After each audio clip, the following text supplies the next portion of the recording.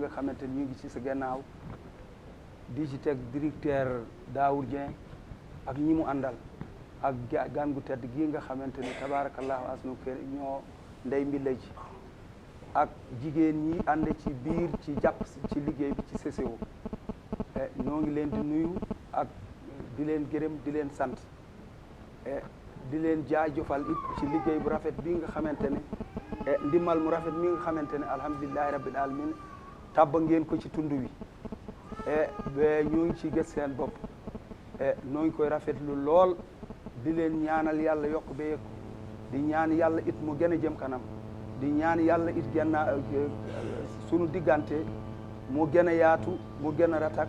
Cette cérémonie entre dans le cadre de la mise en œuvre du programme social minier de la société Grande Côte Opération, donc qui exploite le zircon dans la zone de Diogo.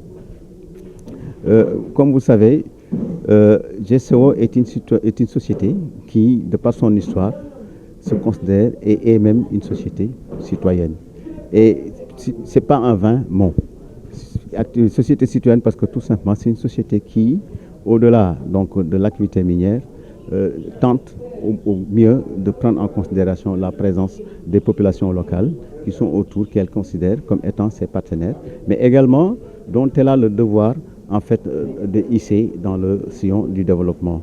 Donc il y a plusieurs activités qui ont été menées dans le cadre de ce programme social minier, et aujourd'hui ce qui nous réunit, qui est donc la remise des chèques, est un des actes posés par GCO dans le cadre de la prise en charge du développement des populations locales, je veux dire développement socio-économique. Alors, comme vous savez, dans notre politique de RSE, on a toujours voulu pérenniser, autonomiser les populations.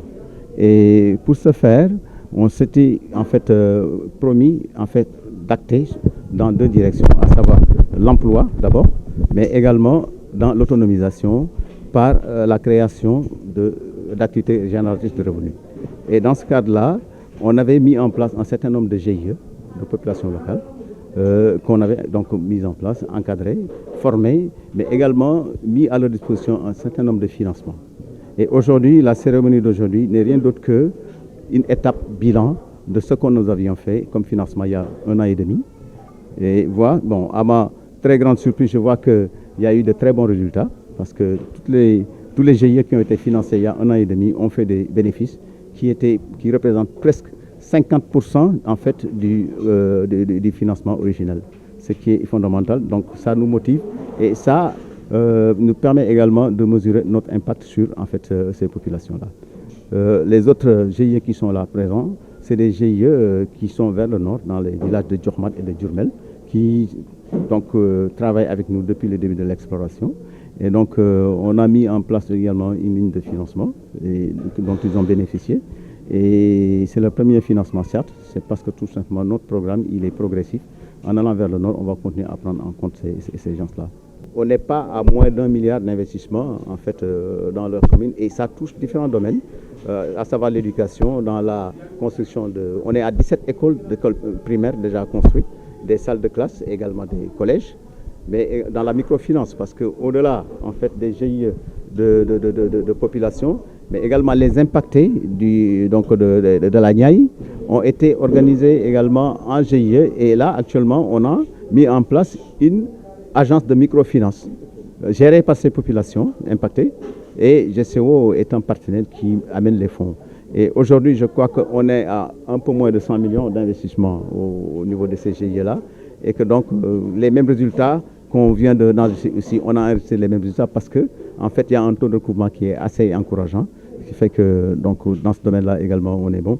Dans le domaine de la santé aussi, on fait beaucoup de choses avec la dotation d'ambulance pour les postes de santé, mais dans la politique de sport et jeunesse, je crois il y a eu peut-être 2 mois, on s'était réunis ici pour remettre les chèques aux différentes zones. Je crois que c'était un montant de 7,5 millions.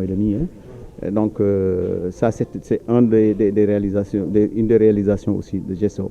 Mais au-delà maintenant de toutes ces réalisations, nous avons également la construction d'infrastructures de base, comme par exemple les marchés communautaires, les gares routières, comme la gare routière de Fass-Boye qu'on a construite. Actuellement, on est sur 2 projets phares, à savoir le projet de construction du marché de Diogo, qui est un projet qui est une demande sociale qui est là, qui date de très longtemps. Et donc actuellement, l'appel d'offres est déjà fait du moins, et que le terrassement même de la parcelle, de l'assiette foncière qui doit recevoir le marché est en train d'être fait. Il y a également la gare routière de Darou Ndoye, qui certainement va en fait booster l'activité de transport, commerce dans la zone, parce que tout simplement se trouvant dans une zone carrefour entre Mékhé, Saint-Louis, Dakar et Fass. Okay. Il y a également le poste de santé de Diogo-sur-Mer qui est actuellement dans la phase de projet et qui verra en fait l'appel d'offres est déjà lancé également. Et puis on attend tout juste de procéder à la construction de cette infrastructure. Également, il y a le soutien du corps enseignant, parce que dans l'éducation, on ne fait pas seulement dans la construction d'infrastructures, mais il y a également l'accompagnement du corps enseignant dans le cadre de la formation, mais également d'équipements en fait, didactiques pour les écoles qui nous entourent. Et c'est tout à fait cette action que nous voulons développer dans tous nos sites miniers, parce qu'il n'y a que comme ça qu'on pourra accompagner dans une démarche partenariale les activités économiques de cette entreprise. Ce qui est très important, c'est qu'on soutienne, comme c'est le cas ici, des actions de fonds pour la jeunesse, des actions de fonds pour l'éducation, pour la santé, pour l'emploi, et que l'on stimule les initiatives. Et c'est vrai que les soutiens financiers qui ont été remis aujourd'hui à des GIE, ils rentrent tout à fait dans ce cadre, parce que ce sont les GIE qui ont eu les idées, ce sont les GIE qui définissent les plans d'action, et ce sont les GIE qui vont réaliser, pour le bien de tous ceux qui sont autour d'eux, leurs actions. Voilà. On ne peut pas avoir une action au bénéfice des communautés si on n'a pas une action en matière d'environnement. Dans le passé, on a fait les choses trop mal. Et quand je dis on, ce n'est pas notre société, c'est le monde économique d'une façon générale. Et donc aujourd'hui, s'en occuper précisément en regardant sujet après sujet et en réhabilitant les sites miniers, c'est tout à fait ce à quoi on s'attache ici. Et l'objectif, c'est vraiment que Grande Côte est là et opère depuis plusieurs années. Et donc on peut maintenant s'appuyer sur les actions qui ont été menées pour développer et regarder avec encore plus d'exigence le futur.